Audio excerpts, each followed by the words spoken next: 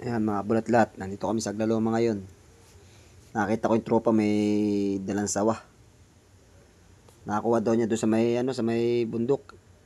Pinapalaputan daw yung niya, yung manok. Ayan, nahuli niya kanina. Nandun kami kanina eh. Tinignan namin si kuya. Pero papakulan daw naman niya, sabi niya. Gusto niya nga ibigay sa amin eh. Naku po, Diyos ko. Nakatakot yung ganyang ahas. Kahit palakihin mo yan, kakagating ka pa rin yan. Eh mga kabulatlat. Tingnan nyo. Pinipilit namin unatin. Laki ng sawa na yan.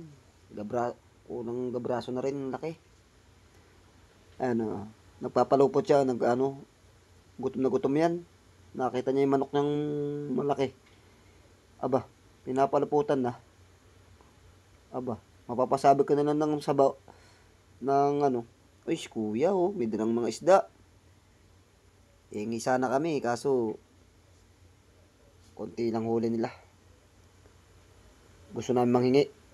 Kasi ang huli nila, lumahan. Kaso konti. So, yan mga kabalatlat to.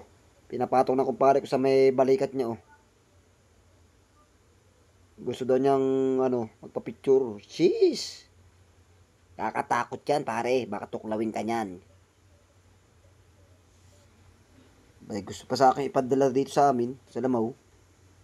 Ipapaubos ko yung mga sisiw. Ayoko nga. Hanggang dito na lang.